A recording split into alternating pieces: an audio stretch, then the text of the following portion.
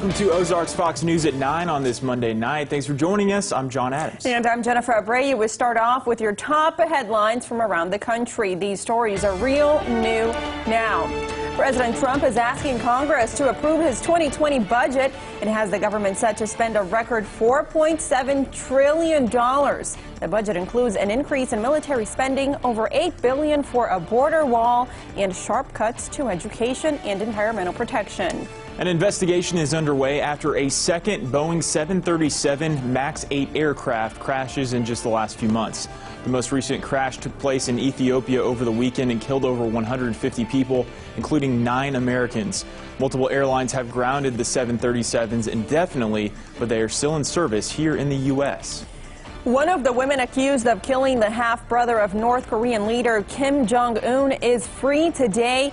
Charges against Siti Aisha were dropped today. She was accused of exposing Kim Jong-nam to a deadly substance at an airport in 2017, killing him within minutes. The trial for the other woman is expected to resume this week. In a follow-up story for you now, wind damage over the weekend caused a couple of trees in Springfield to fall over, damaging homes and properties. And this raised a question from homeowners, wondering who should pay for those damages. Well, our Francis Lynn spoke with an insurance agent today to find out some of those answers. Francis. Jen and John, in most cases, you and your insurance will be the ones responsible for the damage. And the reason is, just because a tree fell doesn't prove that the neighbors knew the tree was damaged or may create liability. Typically speaking, you'll have a policy that lists what's covered. A tree that lands on a home or your personal property is covered. Insurance agent Bob Berkey explains the difference between homeowners insurance and renters insurance. One, you actually are insuring the physical premises and the contents. With renters, you're insuring simply the contents. And rental dwelling, you're insuring the building with minimal contents coverage because you're leasing it out or renting it out. He says most homeowner policies include damage caused by falling objects, including trees. So that coverage would come standard with the policy. What some people get confused on is whether trees themselves are typically covered. If they don't land on your property, and typically speaking, very little to no coverage for tree damage itself, unless it strikes your property or your fence or some personal property. Berkey says he's seen quite a few tree damages in the past. But it's very prominent type claim, especially in the Springfield area around the springtime. The winds pick up and you'll see tree limbs. He suggests homeowners monitor the trees next to their properties to make sure that if there's anything that looks potentially old or rotting, that you trim the trees and get people out there to prevent damage. And the main reason that's important is because you're going to have a deductible. So you're usually responsible for at least $1,000 of your damage.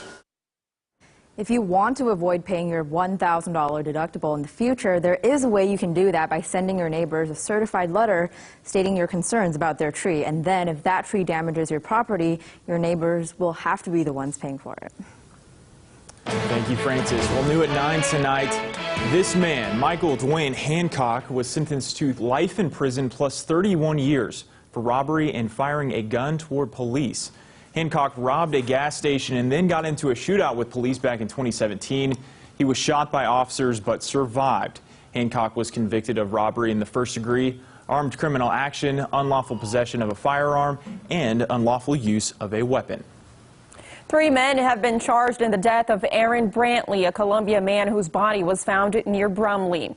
Christopher English of Eldon was charged with first-degree murder, among other charges. A warrant is out for his arrest. William Lucas of Kaiser and Daniel Cole of Montreal were both charged as accessories to the same charges. Both were arraigned today. A witness came forward saying they saw Brantley had been killed after English met up with him. Well, a man previously given probation in a Christian County rape case will now go to jail after violating that probation.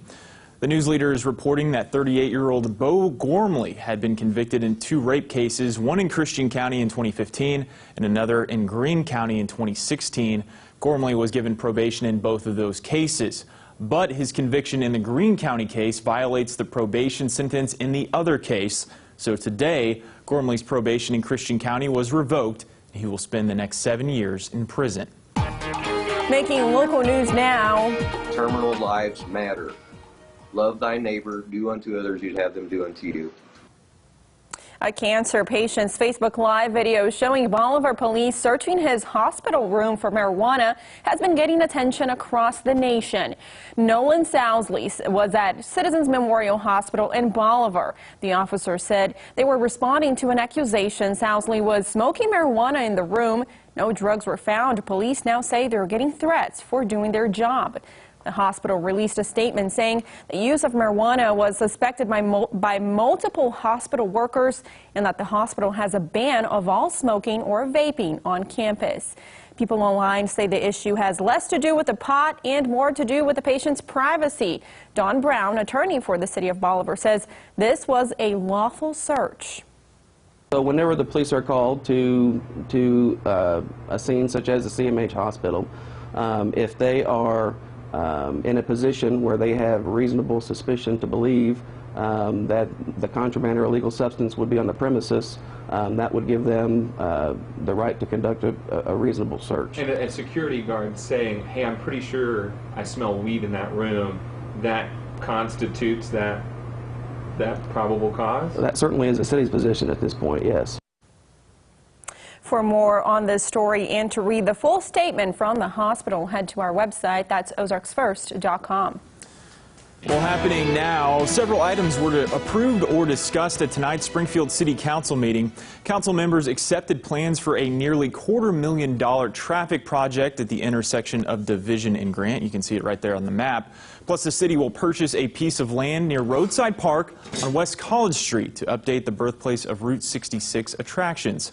Finally, Springfield is continuing to partner with Galloway neighborhood residents to compromise on a development plan at Galloway Village. Now, in the past, many have voiced strong opinions against certain structures being built near their homes. A series of public meetings will begin on March the 21st at All Saints Anglican Church. We have more details on the story in the coming weeks. In political news now, starting March 25th, Missouri will offer Real ID compliant state driver's licenses. The Springfield Branson National Airport shared this photo on social media today of what this new license will look like. A Missouri driver's license that is Real ID compliant will have a star on it like the one you see here.